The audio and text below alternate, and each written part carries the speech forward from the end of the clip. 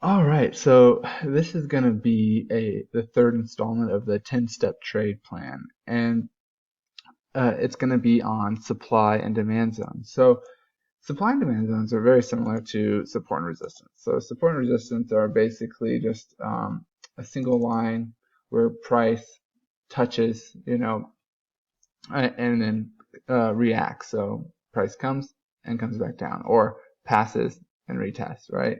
So the difference between a support and resistance level compared to supply and demand zone is it's a zone, right? So it's not a single point or a single line. So, for example, I'm going to draw a demand zone here on the Aussie yen, and it's on the weekly chart. And basically, what you're doing is you're taking the wicks of pretty strong movements down and then up. So there's two wicks right here that have a really strong movement and go up. And so price was really the bulls really like this level. So if I take it across and go at the end of the wicks, that rectangle, the light gray, is my demand zone.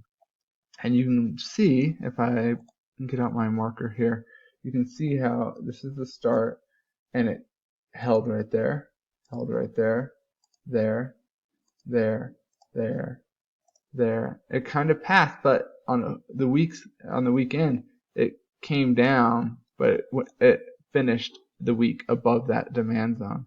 And currently now we're at kind of the bottom of that demand zone, actually kind of passing it a little bit. So you can see how adding these to your charts can give you an advantage of, oh, should I be a buyer? Should I be a seller?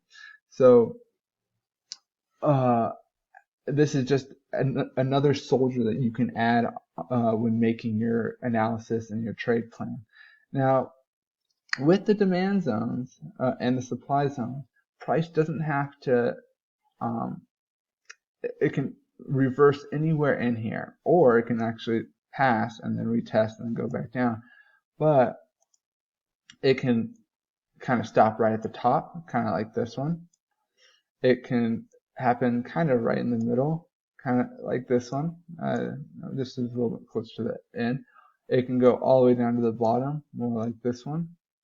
And so, there's several ways that the demand zone can be traded. And not only can you use them on higher time frames, you can go down to the lower time frames. So I'm going to go here on a 30-minute chart, and just to clean it up just a little bit, I'm going to remove the larger time frame right here. And basically, you're just going to find your wick where price came up, bulls also came down, so kind of right in that region. And then we get my pen, and you can see how this is kind of the start. Almost made it right there. How it passed, came back down really quick, kind of stopped right there in the middle, making its way up. This one almost touched. This one touched like 2 times.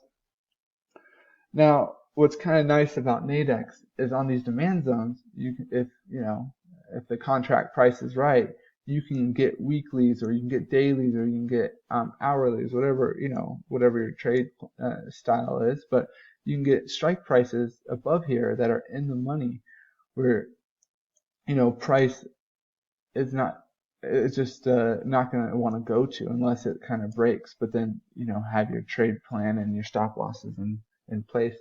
But I think this is kind of the gist of the supply and demand zones. It just gives you an extra soldier when making your trade analysis. And so I think it's really good to have these on your chart. And just thank you for listening. I appreciate it, and always build knowledge and build wealth.